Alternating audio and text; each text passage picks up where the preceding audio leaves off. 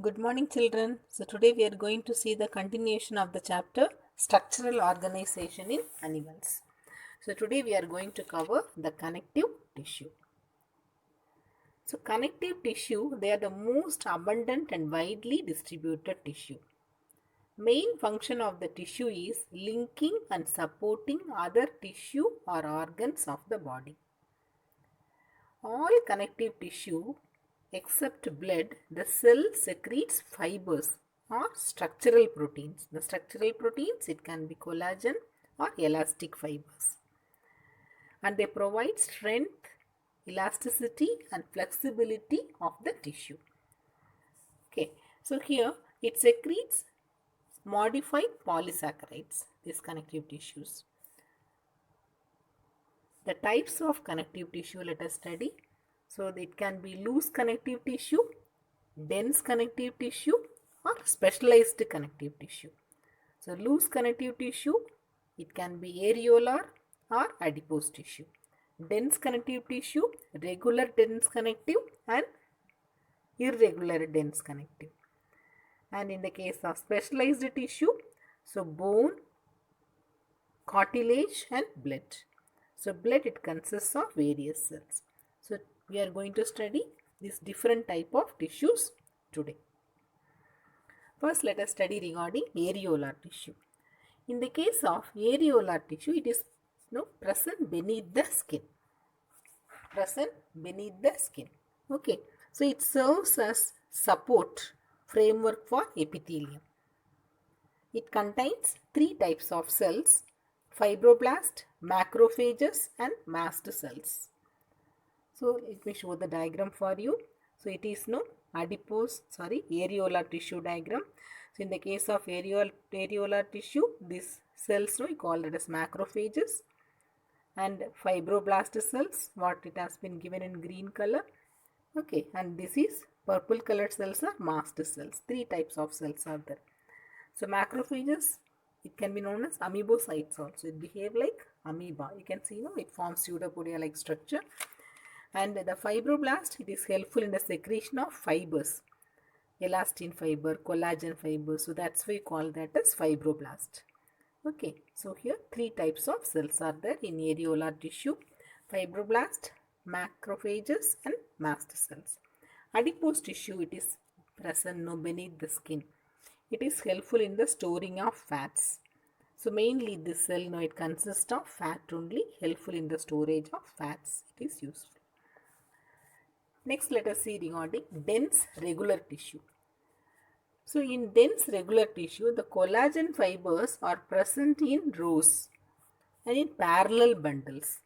Tendon, ligament are example for this category. Tendon, so it mainly, the tendon is useful to connect muscles to bone, and ligament, it connects bone to bone. Okay, and dense irregular tissue. In the case of dense irregular tissue, it has fibroblasts and many fibers are there, collagen fibers, and these collagen fibers, they are oriented in different direction. Okay, so this tissue is present in the skin. So dense regular and dense irregular tissue. So this is dense regular. Can you see, they are running parallel to each other. So here once again regular tissue and it is irregular tissue. So here all are running parallel to each other. It is in irregular places. Okay. Next, let us see regarding cartilage. So in the cartilage, the intercellular material of cartilage is solid and flexible and resists compression. The cells of cartilage, you call that as chondrocytes. Chondrocytes are the specialized cells present in cartilage. Okay, so they are enclosed in small cavities within the matrix secreted by them. Where can you see the cartilage? In the tip of the nose, our ear joints, so between adjacent bones of the vertebral column, limbs, hands, wherever it is there, adjacent bones, it acts like cushion. Okay, so that's why the cartilage is present there. It avoids friction of two bones, because bones, they are solid in structure. So to avoid friction, this cartilage is useful. So these are different type of cartilages in adult body. Hyaline cartilage, it will be transparent, it won't be having much of the fibers. Elastic cartilage, it has more elastic fibers. And fibrocartilage, it has no more collagen fibers. In all cartilage, you can see the chondriocytes. Okay, they are present.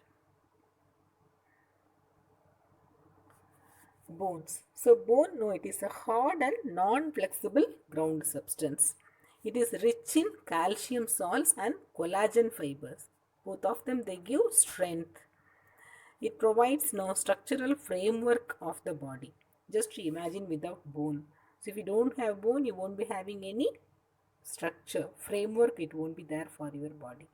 So it supports your, apart from that supporting, it protects the soft tissues. For example, so chest bones, no, ribs, it protects the soft organs, lungs and heart and all, no, it is protected by the rib cage, you call that as the ribs, no, together it form a cage like structure, it protects.